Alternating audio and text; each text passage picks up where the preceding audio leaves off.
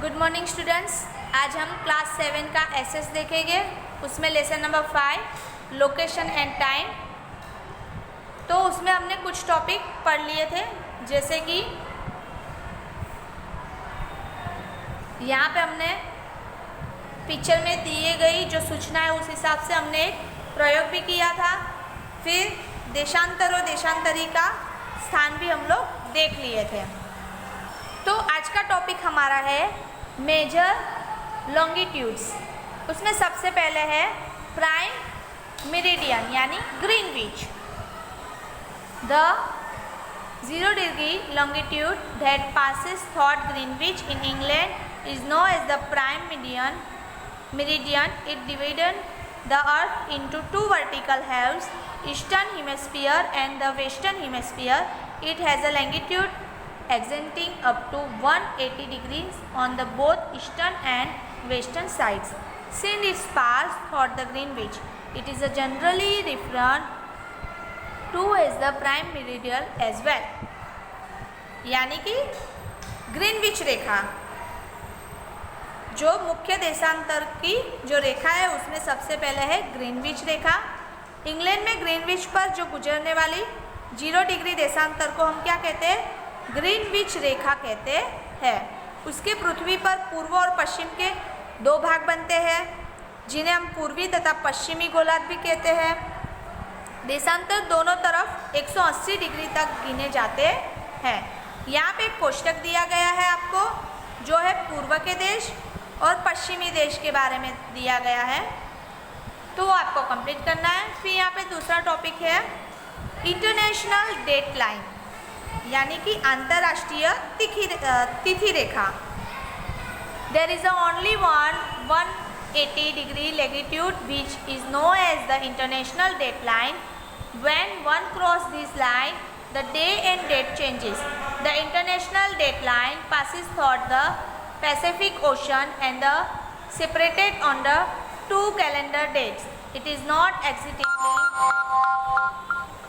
180 degrees at the all places seen on lines crisscrosses across the several time zones. This is because if it is the raw straight, then the lines has the pass through many islands and the due this they might have 2 days and the 2 dates on the same island. This might create a confusion. Therefore, that line when it pass over land, it shift towards water bodies and so it is not straight but zigzag. यानी कि अंतर्राष्ट्रीय तिथि रेखा के बारे में देखेंगे तो 180 degree देशांतर रेखा को हम अंतर्राष्ट्रीय तिथि रेखा कहते हैं। फिर जो ये देशांतर रेखा मात्र एक ही है, इसे लाते की तारीख बदलते हैं, और जो अंतर्राष्ट्रीय तिथि रेखा है वो प्रशांत महासागर में भी गुजरती है। वो कुछ स्थानों पर 180 देशांतर पर नहीं है, वो थोड़ी टेढ़ी मेढ़ी भी दिखाई देती है। इसका कारण यह है कि जो अगर उसे सीधी खींचा जाए तो वो कुछ टापुओं की ज़मीन पे से भी गुजरती है, फिर जिससे एक ही टापू पर एक ही देश में एक ही दिन में 2 तिथि और 2 तारीख के एक साथ देख सकते हैं। फिर समय में गड़बड़ी भी पैदा होती है। उस समस्या का जो टालने के लिए रेखा के मार्ग में आने वाली जमीन से हटकर रेखा को समुद्र की तरफ से टेढ़ा करके उसे खींचा गया है, इसीलिए वो टेढ़ी दिखाई देती है। यहाँ पे एक्टिविटी दी गई है। The eastern hemisphere is to the east to the 0 degree longitude and the western hemisphere is not its west. Keeping this in mind, using a map, find out the longitudinal coordinates on India. Also fill up the table for the other countries. 0 देशांतर से पूर्व भाग पृथ्वी का पूर्वी गोलार्ध है। 0 देशांतर से पश्चिम का जो भाग है वो पृथ्वी का पश्चिमी गोलार्ध भी है। उसके अनुसार अगर भारत का देशांतरीय स्थान का जो नक्शा हम लोग देखेंगे तो उसमें कई देशों का हमें देखने को मिलेगा, जो यहाँ पे एक कोष्टक में दिया गया है। तो पेज नंबर आपका 25 में एक कोष्टक दिया गया है। यहाँ पे कंट्री यानी कि देश फिर लैंगिट्यूडियल कोऑर्डिनेट्स यानी कि जो देशांतरीय स्थान है वो हम लोग देखेंगे।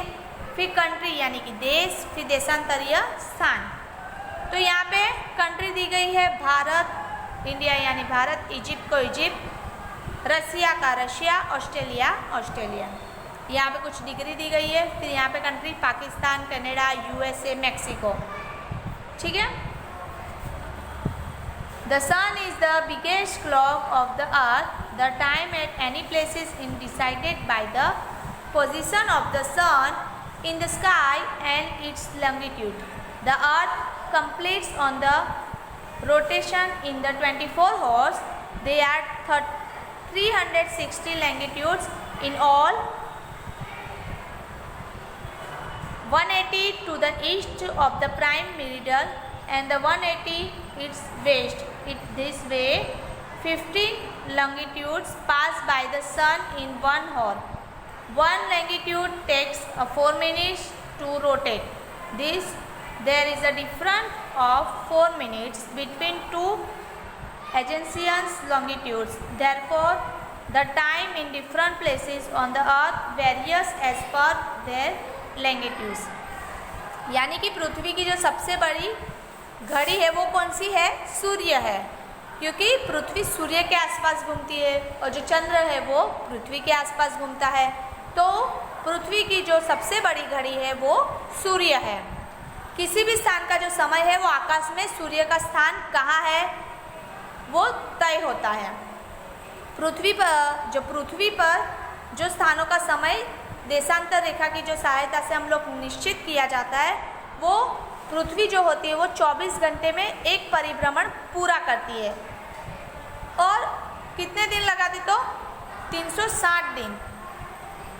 इस तरह एक घंटे में 15 देशांतर रेखाएं सूर्य के सामने से जो है वो गुजरती है। फिर प्रत्येक एक देशांतर गुजरने में उसको 4 मिनट का समय लगता है और आसपास के देशांतर के बीच में 4 मिनट के समय का अंतर होता भी होगा।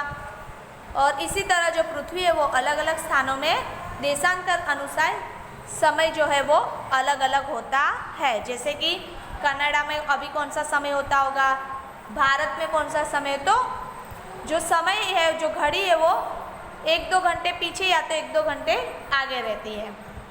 अब यहाँ पे एक्टिविटी दी गई है। Find out if the time in the countries given below is ahead और behind India, why is it so.